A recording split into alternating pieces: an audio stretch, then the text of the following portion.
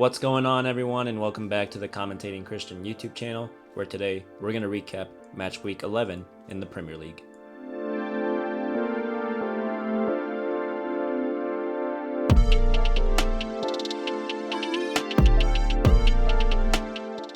As always, guys, thank you so much for coming back to the channel. This is now the third episode in this series, where basically I recap everything that happened in the Premier League this past weekend, and I break it down into three different categories: the main event, the mid-card, and other smaller results. Now I go a little bit out of order in this video. I start with the mid-card and then I work my way up into other smaller results right before we talk about the main event or the match of the week in the Premier League. So without further ado, let's kick it off with the mid-card, as Man United were able to salvage 1 point away to Tottenham Hotspurs as they drew 2-2. 5 a.m. kickoff for this one, really early for our Premier League fans in the United States, but I was able to wake up and watch it in time with my roommate. United traveled away to London and they were winning 1-0 actually up until the 84th minute of the game. Spurs did drew level thanks to a fantastic strike from Matthias Hill in the 84th minute, but then after that, Benjamin Šeško from Manchester United would come off the field injured after United had used all of their substitutes, leaving them to play with one man down for the remainder of the game.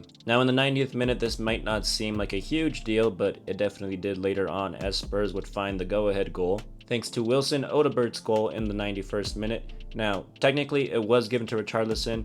Odebert shot it from just outside the 18-yard box, took the slightest of deflection from Richarlison's head, and of course, Richarlison, in quite Richarlison fashion, took the goal credit for himself, went on to celebrate with the fans by taking off his shirt, and it looked like United playing with one man down was really going to cost them in this game. But then, off a corner, in the 6th minute of stoppage time, Matthias de Ligt headed in a goal to save Man United 1 point. United are currently climbing the Premier League table standings, as they are now 5 games without a loss, 3 wins followed by 2 draws that were both 2-2. They now climb to 7th position in the Premier League. Meanwhile, Spurs rise to 5th.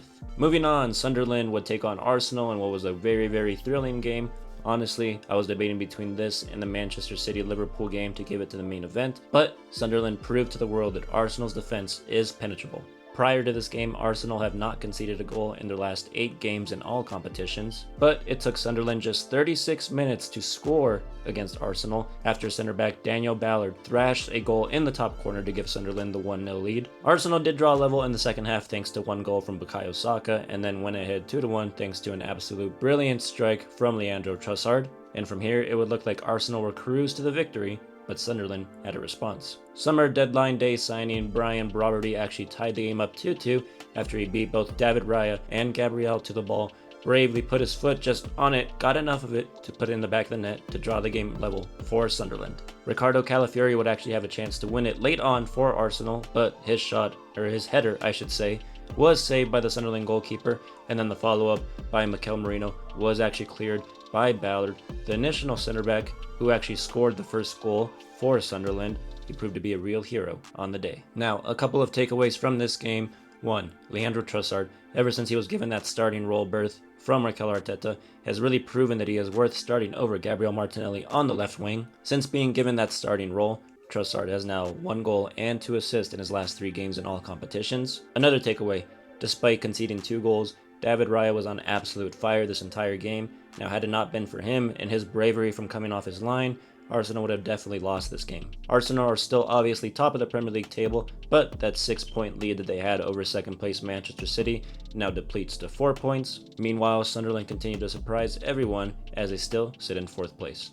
Moving on to Saturday afternoon, where Chelsea scored 3 and got all 3 points against Wolverhampton Wanderers. Malo Gusto, João Pedro, and Pedro Neto got all on the score sheet for Chelsea, as Wolves are still looking for their first win in the Premier League so far this season. Nothing too big to point out in this game, but I do want to highlight Alejandro Garnacho, who got 2 assists in this game and now has 4 goals and assists in his previous 4 games for Chelsea. Just goes to show that once you leave that limelight and the pressure of Old Trafford, you can definitely flourish in another team. Moving on now, Aston Villa absolutely slapped Bournemouth 4-0 to jump above them in the Premier League standings. Emi Buendia, Amadou Onana, Ross Barkley, and Daniel Malen all got on the score sheet for Villa in this game, who now rise to 6th in the Premier League standings, despite being 13th place just last week. Emi Martinez also brilliantly saved a penalty from Antoine Semenyo in this game to keep his clean sheet, a clean sheet that he very much deserved. Alright everyone, that was the mid-card bulk of this video. Now I'm going to move on to the other smaller results portion, starting off with Everton, who beat Fulham 2-0 thanks to goals from Idrissa Gueye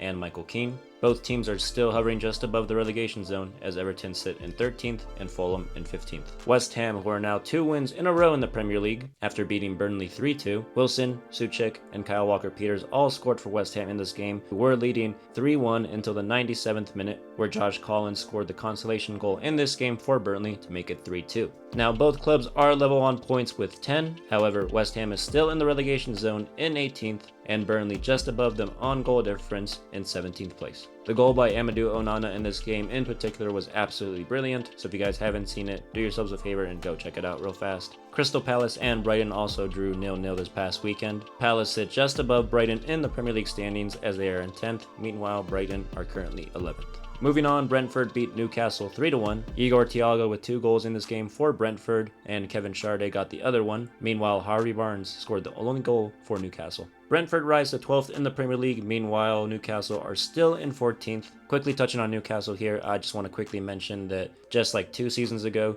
Newcastle are struggling to compete both in the Premier League and in the Champions League. 2 seasons ago, they were able to qualify out of the group, and this season they are currently on track to qualify to the next round, but it's all coming to a demise for their form in the league. Alright, last result and other smaller results before we get to the main event, as Nottingham Forest beat Leeds 3-1. Leeds did draw first blood in the 13th minute, but Ibrahim Sangare drew level just 2 minutes later for Forest. 1-1 was the score until the 68th minute, where Morgan Gibbs-White put Nottingham Forest ahead 2-1. Then Elliot Anderson put the game away in the 91st minute as the score ended 3-1 in favor of Forest. Leeds are still technically beating the drop zone, but by very slim margins. They are currently 16th, but 2 points separate 16th from 19th. Speaking of 19th place, that's exactly where Nottingham Forest sit. Alright, moving on to the main event, which was that Manchester City-Liverpool game that ended 3-0 in favor of the Citizens. And just like last week's main event between Chelsea and Spurs, I gotta say, despite the scoreline being much more in favor of Manchester City this game, the same exact story, absolute dominance by Manchester City against Liverpool.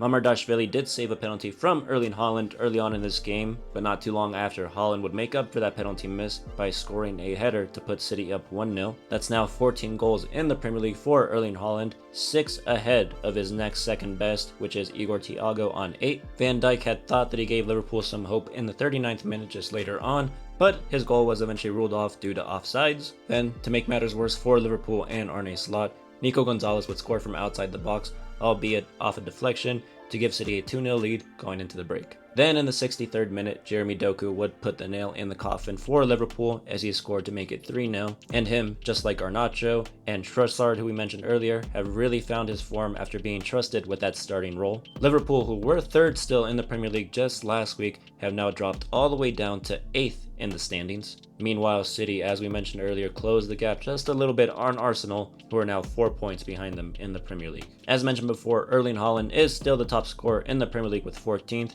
Igor Thiago from Brentford is in 2nd place with 8th, and then a 3-way tie for 3rd between Semenyo from Bournemouth, Danny Welbeck from Brighton, and Jean-Philippe Mateta from Crystal Palace. 3-way tie as well for the top assisters in the Premier League between Jack Grealish from Everton, Mohamed Kudus from Spurs, and Hartman from Burnley, as these standings have really not changed over the past couple of weeks. Some exciting matches await us next week in the Premier League, but all eyes will be on that North London derby between Tottenham Hotspurs and Arsenal. Arsenal did prove this past week that their defense can be leaky, but can Spurs capitalize on that? We'll see come next week. As always, guys, thank you so much for coming back to my YouTube channel. Make sure you like, comment, subscribe. Let me know what you guys think in the comments below. And as always, I'll see you next week to recap match week 12 in the Premier League. Thank you so much again for watching. See you next time. God bless.